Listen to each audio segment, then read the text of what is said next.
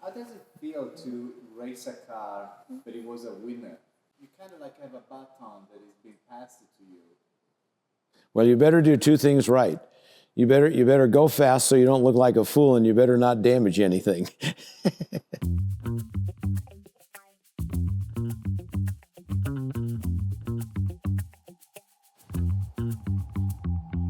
Hello, my name is Bruce Canepa.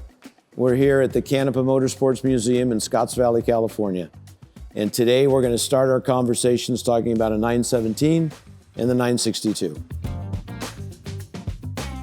Basically, Porsche stepped up to the highest level of racing with the 917. Previous to that, they raced everything from the 904 and 906 and 907s and 910s, all in the prototype era, 908s, etc.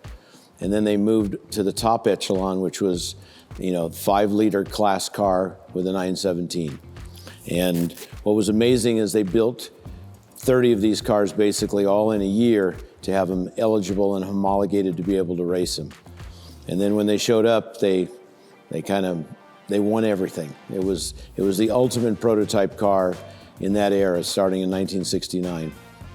And today it's still considered one of the most incredible race cars of all time, and definitely one of the most beautiful by far.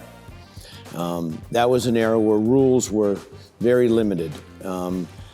Safety was an afterthought. The 917 had an aluminum tube frame, had a 12-cylinder engine. The driver sat very far forward in the car. Basically, the foot box area is in front of the front wheels. And at a place like Le Mans, they were tracked as going 240 down the straightaway. I don't know how to describe these cars other than they're unbelievable. I mean, it's an 1,800-pound car. It's from 1969, it was developed, and yet when you put it on the racetrack today, it handles and stops and turns and does lap times as fast as a lot of modern cars. Now, I know they didn't have rule restrictions then, so many. They had 5 liters, but it just does everything unbelievable. The balance on the car is incredible. Porsche always built cars first to win Le Mans, and then everything else. So these are really what I call long track cars. They were designed for big racetracks, big sweeping corners. But at a place like Laguna Seca, I throw this car around, just as much as I want. I can slide it around and do this and do that, and it has incredible grip, and it stops well, it turns well, it does everything extremely well. And when you consider that this is 69 and that over there represents mid-80s, for this to be that close to that car in so many areas, it's pretty amazing. These cars were so great to drive in the day that if you're a capable driver today, you can drive them and do a pretty good job in them. And of course I drive the cars. I drove 935s and 962s, but I can still take and get in this car and comfortably drive it at pretty close to its limits all the time and not worry about it. It does everything that well. These were powered by, generally, this is a 5-liter engine. It was a 12-cylinder engine, normally aspirated. And this engine, in this configuration, was basically a 600 horsepower engine in the day. And they mostly had a 4-speed transmission. They had huge torque numbers. So they didn't need, obviously they'd have been faster with a lot more gears, but they were plenty fast because they had a lot of torque. It's amazing how fast they accelerate off a corner. I mean, the 12-cylinder motor has a dynamic to it that just works. It's big enough that it makes a lot of power and torque. It's light enough and small enough that it's not, a detriment. The engine case is magnesium. Everything in the engine is magnesium in terms of the castings, and everything else, the rods were titanium. They built everything as light as they could. Gordon Murray also believes that philosophy, to the nth degree, that weight is the enemy when you build a car. You need to build it light. So these cars were built 1,800 pounds with 600 horsepower, which, if you think about 1969, that's a pretty incredible combination. Daytona International Speedway, which I raced there 5 times in the 24-hour race, when you go down the back straightaway, the banking is 34 degrees. The banking is about 75 feet high. So when you drive into turn 3, you can't see up the bank unless you have a window in the roof of the car. Now you can do it in a 935 or a normal production car because the windscreen's very high. They added the window you see in the top of the roof right there to solve that problem. When I drove there in 1982, I drove the first March GTP car ever built that Adrian Newey designed. It's a picture on the wall up there. And when we got there in that car, Bobby Rahal and Jim Truman and I were driving it. And when we got to Daytona that year, we had the same problem. That window had to get added in that car after we got there because we couldn't see the banking when we were driving into it. We were doing it blind when we first practiced. This particular car here won the first 24-hour race Porsche won overall. And that was at Daytona in 1970 with Pedro Rodriguez and Leo Kuhneman and Brian Redman. And they went on later to win, of course, Le Mans twice. And they won it with a Salzburg car, and then they won it with a Martini car. Almost everywhere they went, no matter who they raced against, they were the winning cars. The 917 dominated during that era for those, 3-4 years, basically 3 or 4 years. They expanded that into the 917-10, which the 917-10 was designed for both the Can-Am Series in the United States and the Inter Series in Europe. The 917-10 is the same chassis as the 917K, but the 917-10 is turbocharged. And it took this engine here, which made 600 horsepower, and it increased it to over 1,200 horsepower. And in the very last variation, the 917-30, it was a 1,500 horsepower engine in the car.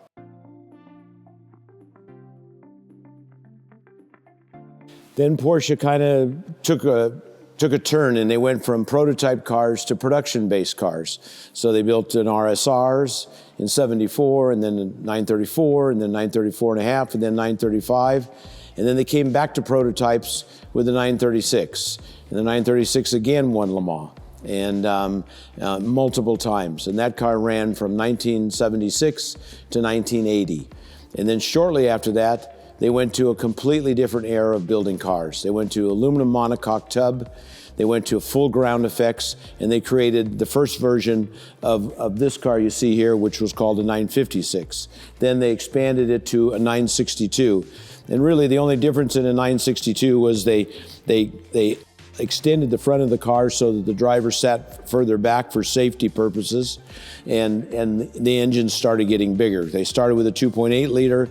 They ended up with a 3.2 liter by the time these cars ended in the series. This particular car is one of the championship cars from that era.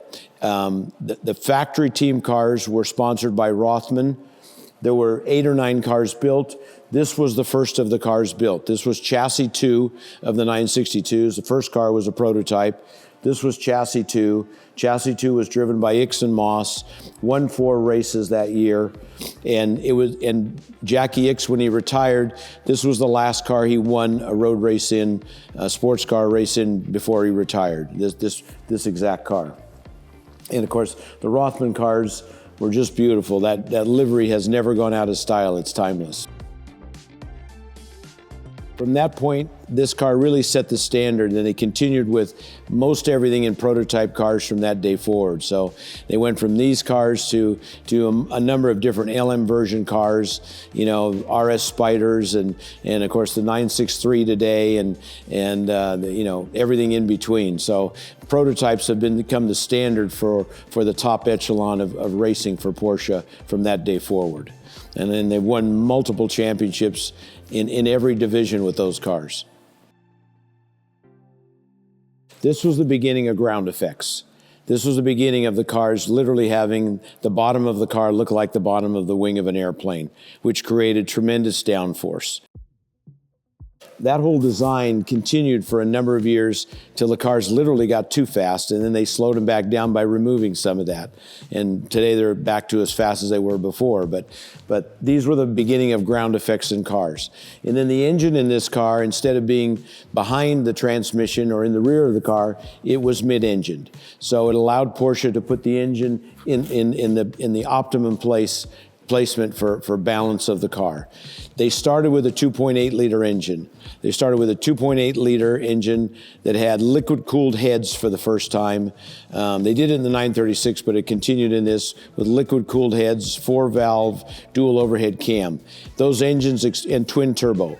Those engines eventually went to, a larger displacement, both in full air-cooled and in water-cooled, and then full water.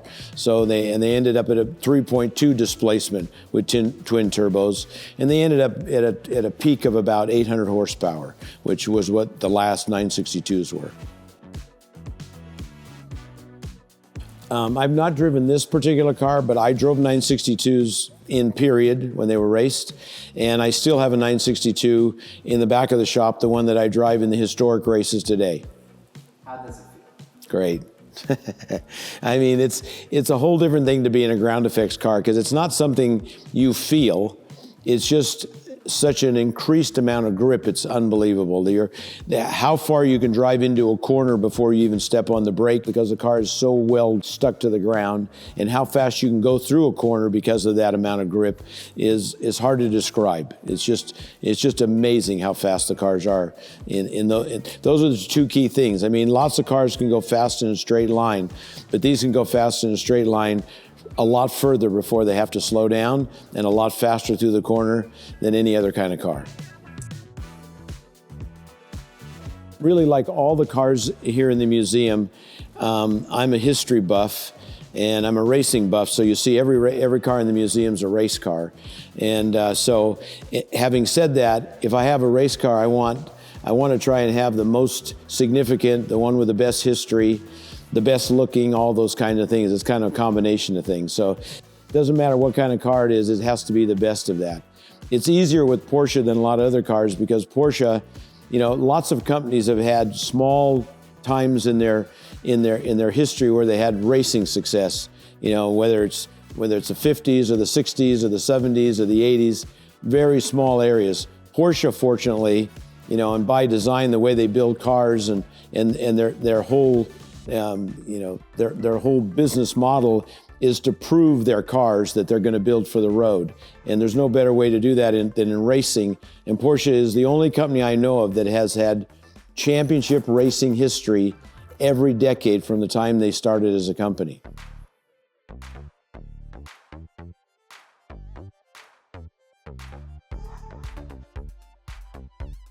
I hope you enjoyed this, and hope we see you again. Have a nice day.